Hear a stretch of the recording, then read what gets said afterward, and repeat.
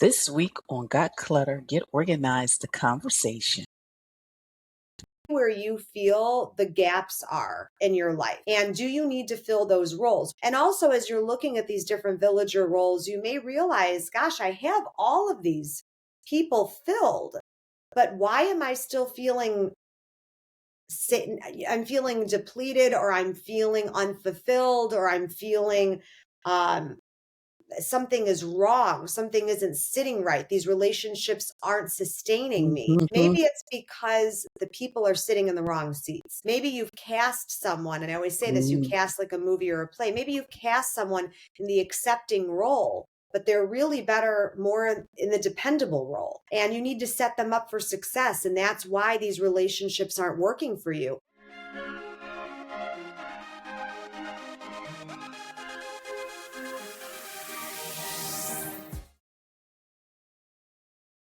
Hello and welcome to Got Clutter, Get Organized, the conversation. I am so excited. And you know why I'm excited? Because we have returning guest, Florence Ann Romano. And of course, those of you who do not remember, she wrote this awesome book, Build Your Village. And of course, because we just celebrated Valentine's Day, I thought this was a great time to bring her back for a conversation, specifically for people who sometimes when that holiday comes around, they just are not as happy as they should be. But when you start looking at your village and all the love that surrounds you, you will begin to change that feeling. So, Florence Ann, thank you so much for joining.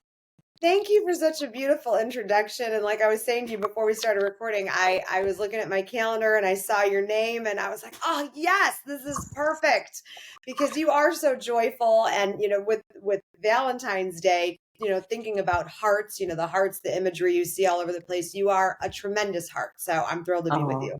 oh, thank you so much. So, the first question is you often speak about the village, but what Right. does it mean really kind of in today's world?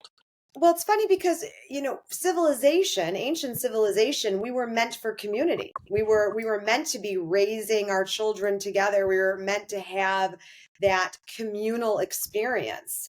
And as time has gone by and society has evolved, in some ways good, some ways not so much, maybe, we've gotten away from the idea of what community really means. And so village is another way of saying that.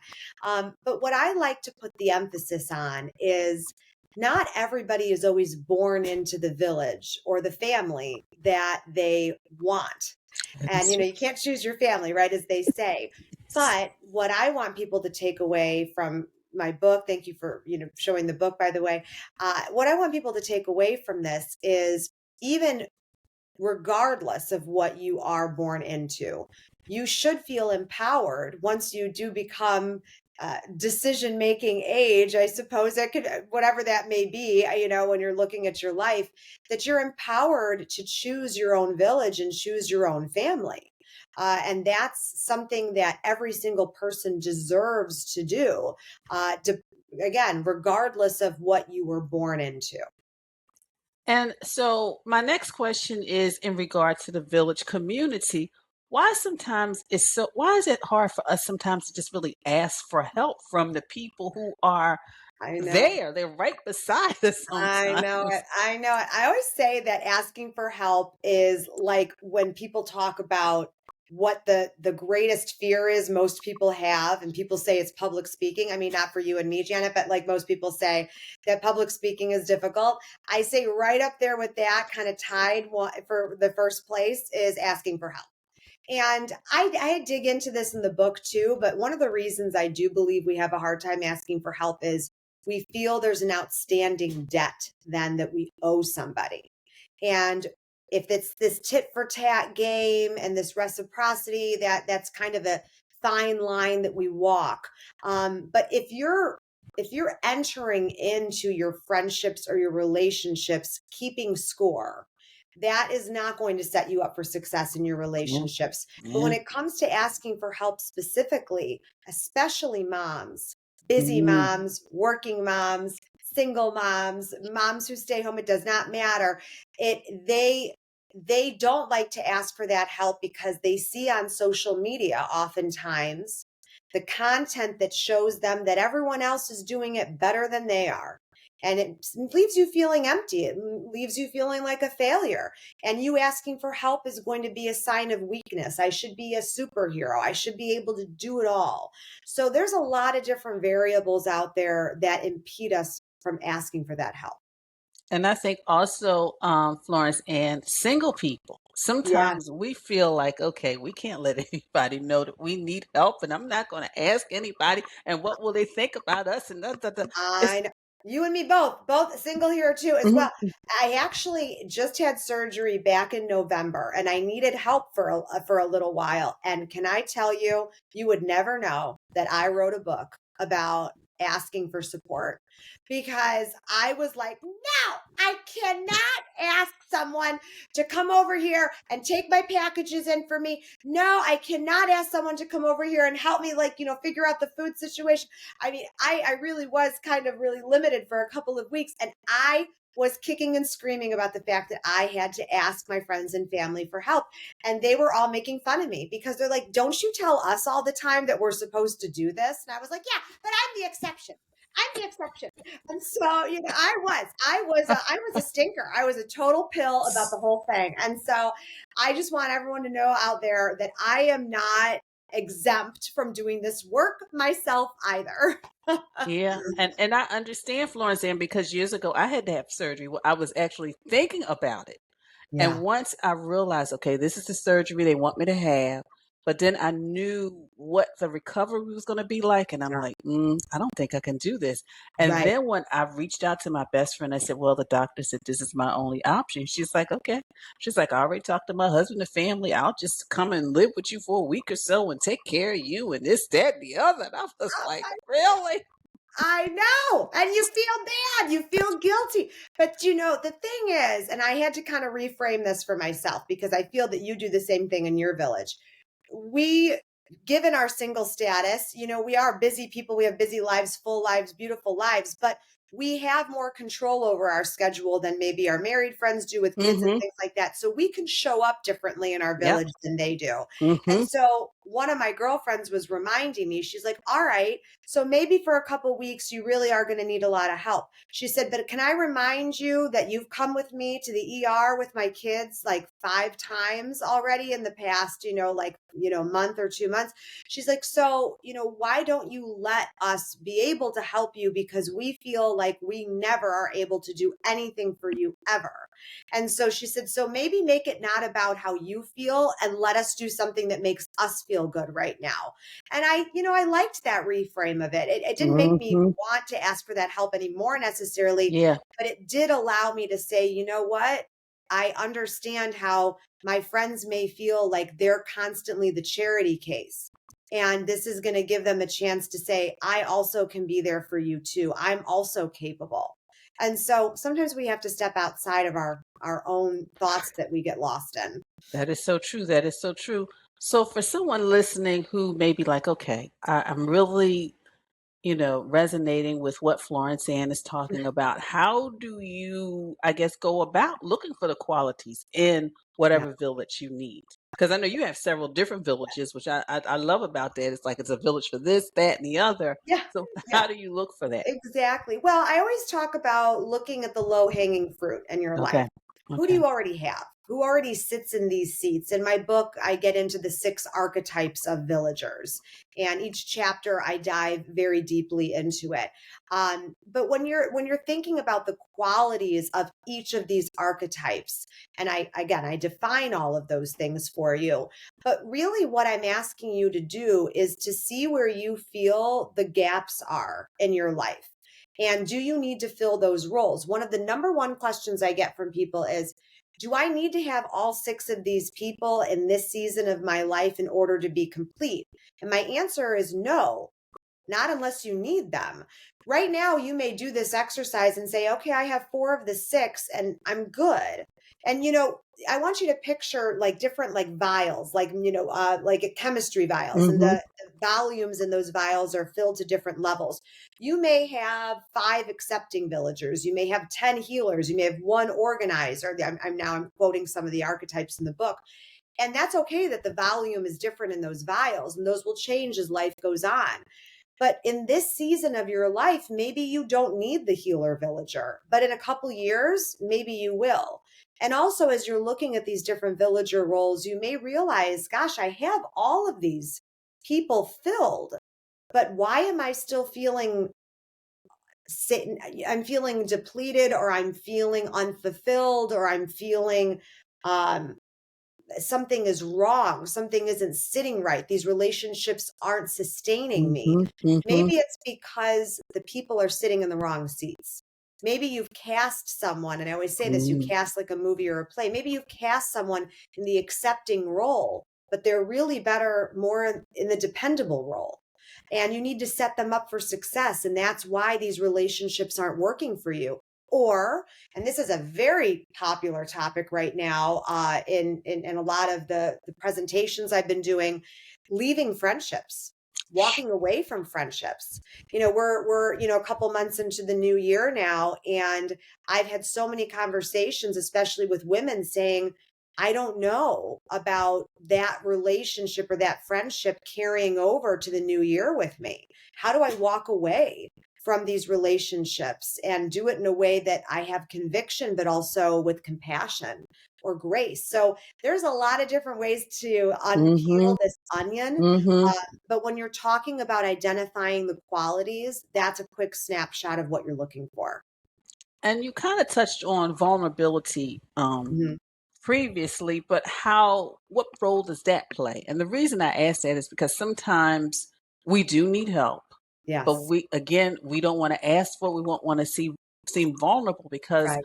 a couple times there's been a power outage here, Yeah. and in the night, in the middle of the night. So I just text up a friend who lives close, and I said, "Hey, is your power still on?" She's like, "Yeah, my power is still on. What about you? Are you okay? What do Yeah. you need?" And I says, "Well, being that it's like 12 o'clock at night, I am going to stay here. I'll be fine. I'm not coming out, even though I know you live around the corner." Yeah. But Right. and what was interesting is she's like, okay, she's like, well, just keep me abreast of what's going on. So Yeah. every time I got a Right. notification, okay, they said it's going to be on in a couple hours. Okay, wait a minute, they said it's going to be on in 30 minutes. And she was there throughout the whole night. And then the next day, when I text a few friends and I said, "Hey, I just want to let you know, always have your phone fully charged. If it gets to Yes. 50%, make Right. sure and they were like, "Well, what happened?" And then one person was like, "Well, what do you need? Do you need anything? I'm gonna shop for you right now. What do you need? You need backup, you need this, that, and the other." And I was like, wow, just from me giving them that tip. So I just wanted to know in your experience, like Yes. vulnerability, what does that hinder us from like getting, having that village, That's creating so those strong relationships. beautiful, by the way. Thank you for sharing that story. And also it shows how valuable you are to people. I just hope you realize that people care about you. And it's because of how you pour into them. So I want you to remember that. The reason they reciprocate in that way with you is because you also give so much of your heart to them. And they want to be able to participate in that relationship in an equal way. So I love that. But vulnerability, I love that you're asking this question, because I talk about in the book how this work that I'm asking you to do is vulnerable, but it also makes a lot of people uncomfortable, because I'm asking you to ask yourself questions that you may have been avoiding in your life that you don't really want to know the answer to.